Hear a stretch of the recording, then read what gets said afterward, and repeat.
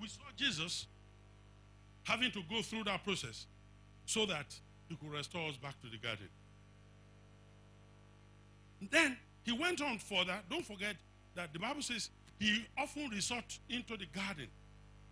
And then now finally he was going to the last garden in Gethsemane, and he began to pray and began to pray. And the Bible says the sweat of his face was dropping into the ground, and until it mingled with blood, became blood and started dropping. Don't forget chapter 3 verse 19 of Genesis 3, Genesis 3:19, when he says, out of the sweat of your brow you will begin to eat.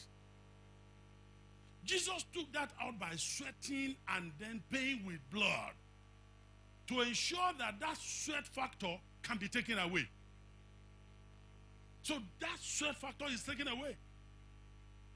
It's already taken away.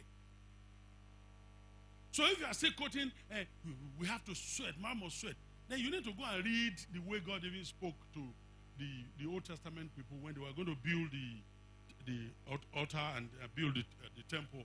And the rule was that do not quarry anything inside that place. Don't break any stone. No noise. You quarry them from the side. Just bring them and lay them down. And then the priesthood garment were to be made and padded with wool so that they don't sweat inside there. Sweat is not a blessing. Go back to Genesis 3. Then he went on. So when Jesus sweated in the garden, he was simply bringing that curse to an end. Don't also forget that when he was going to be crucified, the crown of thorns was placed on his head. So effectively, while he was doing that, blood was dropping out of it, dripping, so that that crown was that thorns that God said, this crown will be, he took it on him. So you don't have to wear the crown of thorns anymore.